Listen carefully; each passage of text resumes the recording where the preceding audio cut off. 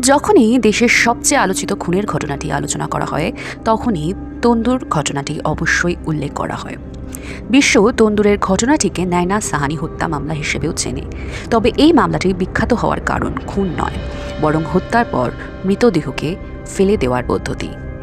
খুনের কারণটি আরও অদ্ভুত ছিল। তাহলে তন্দুর হত্যা মামলা নাকি নায়না সাহানি হত্যা মামলার পুরো গল্পটি কী? পুরো গল্পটি জানতে ভিডিওটি শেষ পর্যন্ত থাকুন।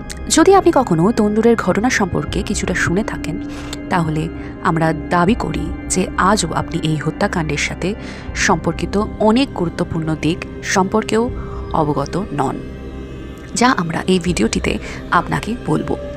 তাই বিস্তারিত জানতে ভিডিওটি শেষ পর্যন্ত অপেক্ষা করুন। পুলিশি তদন্তের দিক থেকেও এই মামলাটি ঐতিহাসিক ছিল। এবার ঘটনাটি শুরু করা যাক। তারিখটা ছিল 2 জুলাই 1995। রাত 11টার দিকে দিল্লি পুলিশের 2 জওয়ান কনস্টেবল আব্দুল নাজির কুঞ্জু এবং হোমগার্ড চন্দরপাল দিল্লির অন্যতম অভিজাত এলাকা জনপথে টহল দিচ্ছিলেন। যখন এই লোকরা টহল দিচ্ছিল তখন তাদের দৃষ্টি এক মহিলার উপর পড়ল, যিনি জোরে জোরে আগুন আগুন চিৎকার করছিলেন। এই মহিলা একই এলাকায় সবজি বিক্রি করতেন। সেই মহিলার কণ্ঠস্বর শুনে দিল্লি পুলিশের 2 কর্মী সেই দিকে দৌড়ে গেলেন। তারপর তারা দেখতে পেল যে এলাকার বিখ্যাত হোটেলের যাত্রী নিবাস থেকে আগুনের উচ্ছ্বাসিখা উঠছে। আব্দুল নাজির তাৎক্ষণিকভাবে আগুনের খবর দমকল বাহিনীকে জানান এবং তিনি তার সঙ্গীসহ দৌড়ে হোটেলের যাত্রী নিবাসের কাছে আসেন। কাছে এসে দেখা গেল যে এই আগুন হোটেল যাত্রী নিবাসের ভেতরে অবস্থিত বাগিয়া বারবিকিউ রেস্তোরাঁ থেকে আসছে। এই পুলিশ সদস্যরা রেস্তোরাঁর কাছে পৌঁছানোর সাথে সাথেই দেখতে পান যে হোটেলের ম্যানেজার কেশব কুমার গেটে উপস্থিত। আগুনের বিষয় জিজ্ঞাসা করা হলে কেশব জানান যে রেস্তোরাঁয় অনেক পুরনো পোস্টার এবং ব্যানার পড়েছিল, তাদেরকেই পুড়িয়ে ফেলা হচ্ছে। পুলিশ সদস্যরা এই উত্তরে সন্তুষ্ট নন। তারা ভেতরে যাওয়ার চেষ্টা করেন, কিন্তু কেশব কুমার কোনোভাবে তাদের বাইরে থামায়। এখন পুলিশের সন্দেহ হতে শুরু করেছে যে নিশ্চিতভাবে কিছু একটা গণ্ডগোলের ঘটনা ঘটেছে। তাই 2 পুলিশ সদস্য সেখান থেকে সরে যায়, কিন্তু কনস্টেবল এখন রেস্তোরাঁর পেছনের দিকে চলে যায় এবং সেখান থেকে সে একটি দেয়াল টপকে ভেতরে প্রবেশ করে।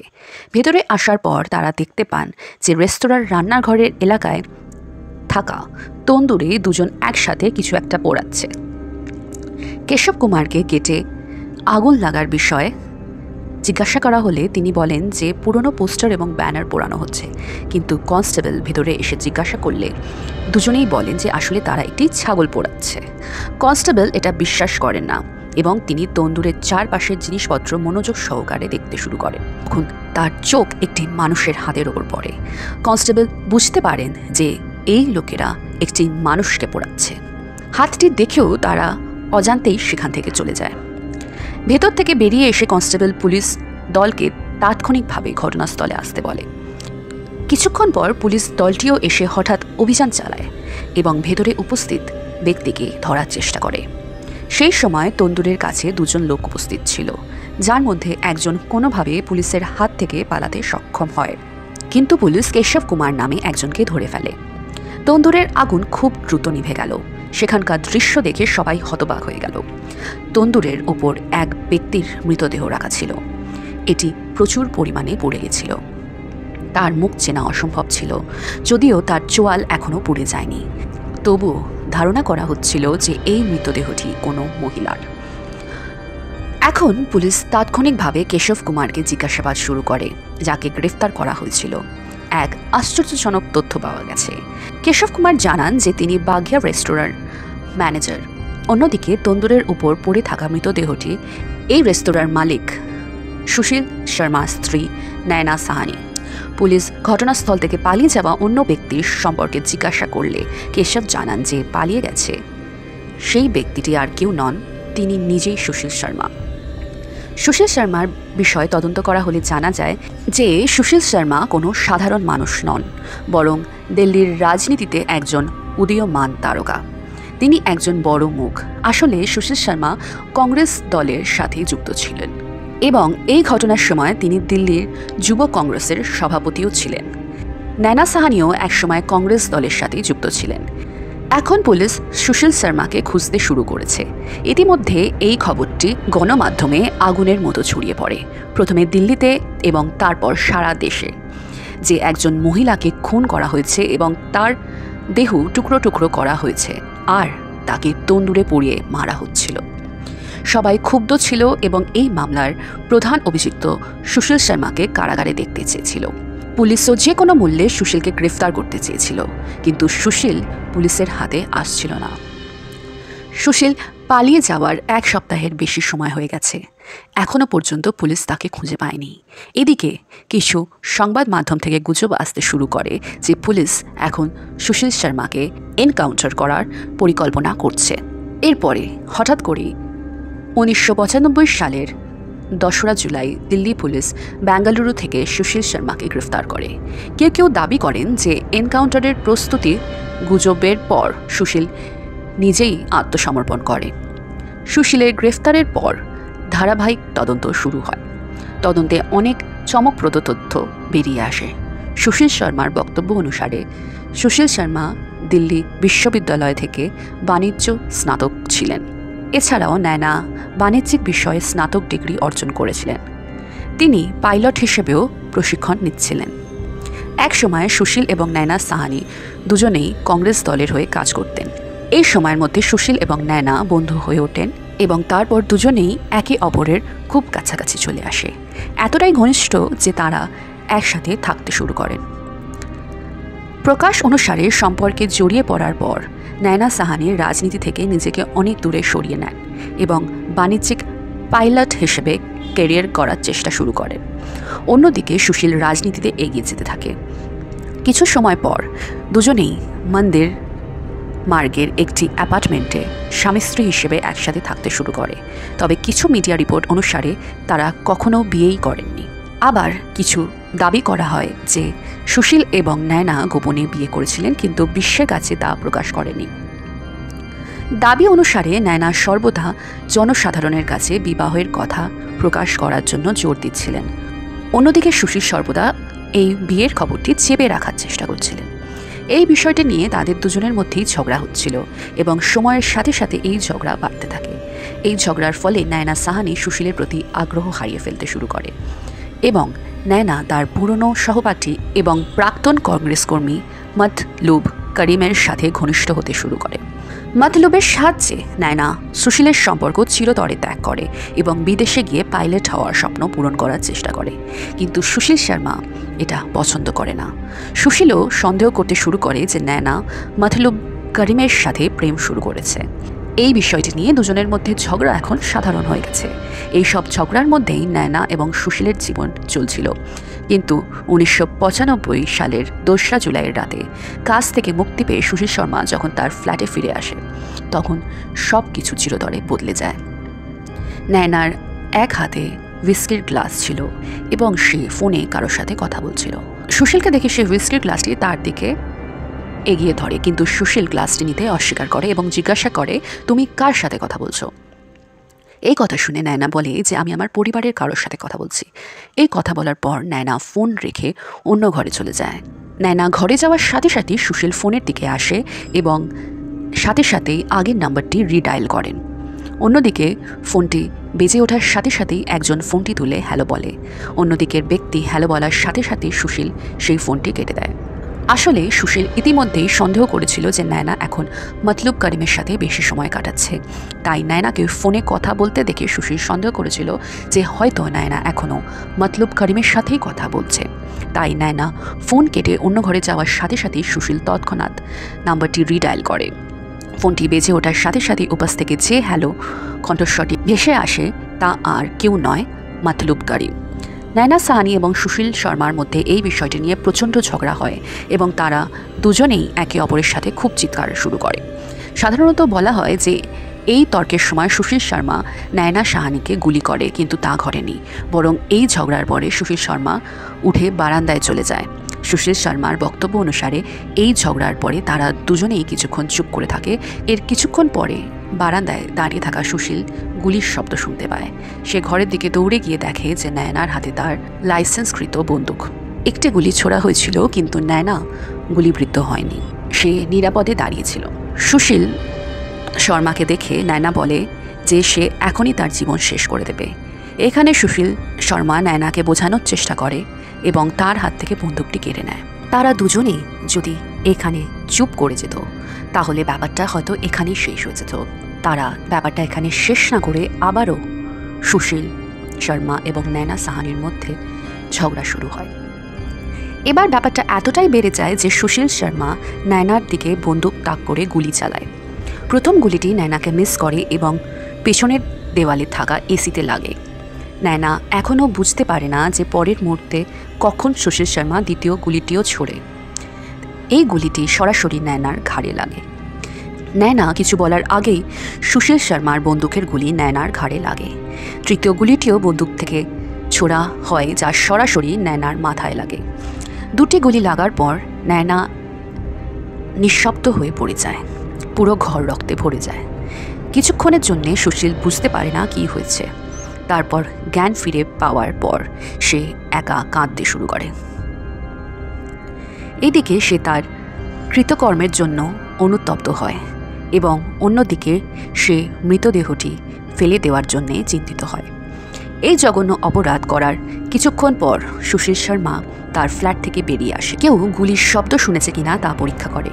সে বেরিয়ে আসার পর পরিস্থিতি পর্যালোচনা করে এবং তারপর সব কিছু সংগ্রহ করে।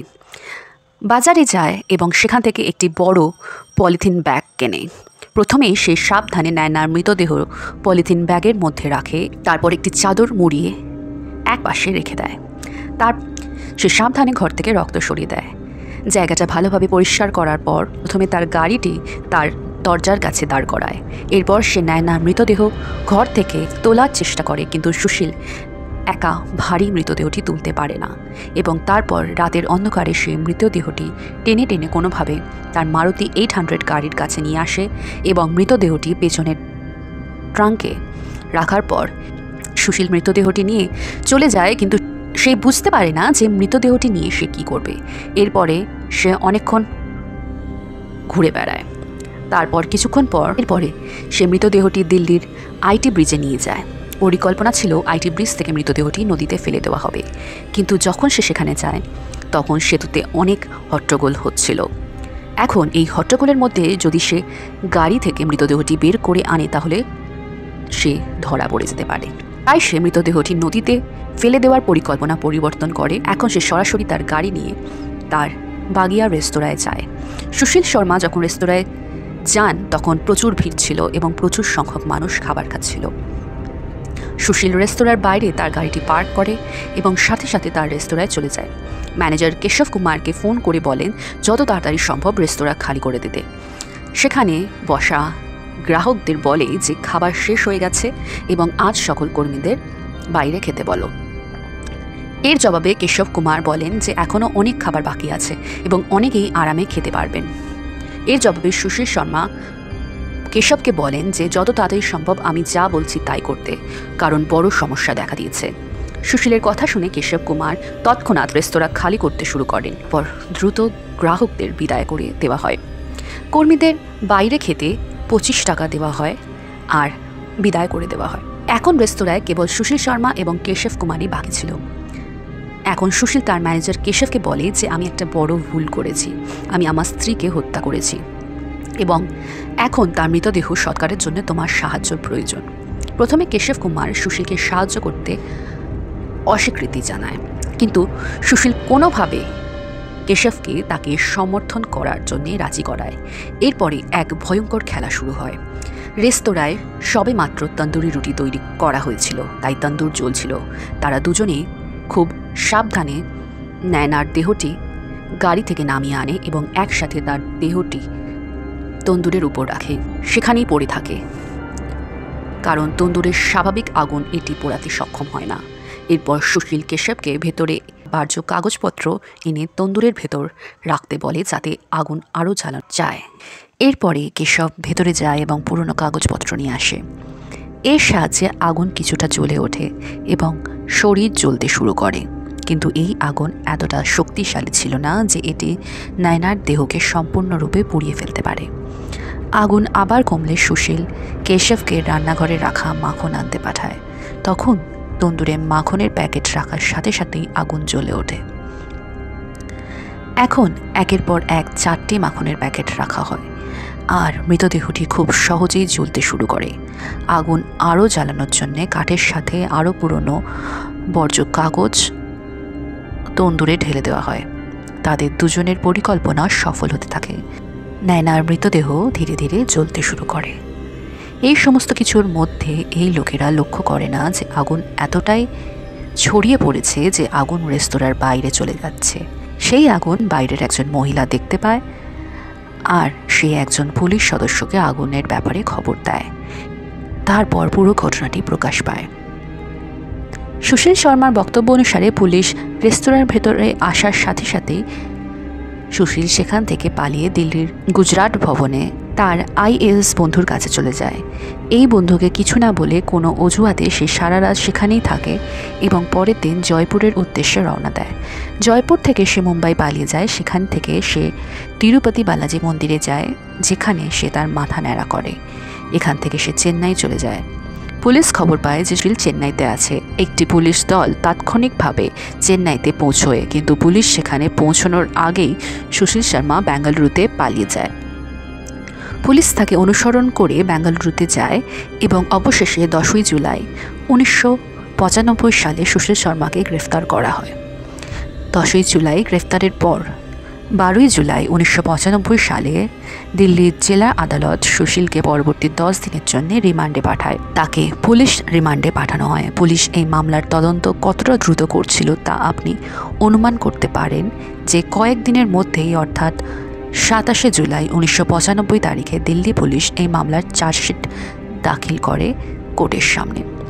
31শে আগস্ট 1995 থেকে আদালতে শুনানি শুরু হয়। সুশীল শর্মা ছাড়াও তার ম্যানেজার কেশব কুমার এবং আরও 3 জনকে এই মামলার অভিযুক্ত করা হয়েছিল। এই মামলার শুনানি পরবর্তী কয়েক মাস ধরে চলে। 2001 সালে যখন একের পর এক অনেক আইনজীবী সুশীল শর্মার মামলার লড়তে অস্বীকৃতি জানান এবং সুশীল কিছুটা সময়ের জন্য কোনো আইনজীবী ছাড়াই থাকেন, এই মামলার দ্রুত সিদ্ধান্ত নেওয়ার জন্য মামলার প্রতিদিন শুনানি শুরু হয় এবং পূর্ণ শুনানির পর অবশেষে 3রা নভেম্বর 2003 তারিখে সুশীল কুমারকে নয়না সাহানির হত্যার জন্য দোষী সাব্যস্ত করা হয়। এর সাথে কেশব কুমারকেও মামলার দোষী সাব্যস্ত করা হয়। বাকি 3 জনকে খালাস দেওয়া হয়। 7ই নভেম্বর 2003 তারিখে রায় দেওয়ার সময় জেলা আদালত সুশীল শর্মাকে মৃত্যুদণ্ড দেয় এবং কেশব কুমারকে 7 বছরের সশ্রম কারাদণ্ড দেয়। নিম্ন আদালতের রায়ের পর সুশীল শর্মা 2003 সালের ডিসেম্বরে দিল্লি হাইকোর্টে অ্যাপিল করে। 2006 সালে আগস্ট থেকে দিল্লি হাইকোর্টে এই মামলা প্রতিদিন শুনানি হয়। টানা শুনানির পর 19শে জানুয়ারি 2007 তারিখে দিল্লি হাইকোর্টও সুশীল শর্মার মৃত্যুদণ্ড বহাল রাখে। সুশীল শর্মা হাইকোর্ট থেকে কোনো স্বস্তি না পেলে 2007 সালে তিনি সুপ্রিম কোর্টে দ্বারস্থ হন। অবশেষে 2007 সালে সুপ্রিম কোর্ট মৃত্যুদণ্ডকে যাবজ্জীবন কারাদণ্ডে পরিবর্তন করে। এই শাস্তির পর সুশীল শর্মা তার বাকি জীবন তিহার জেলে কাটান।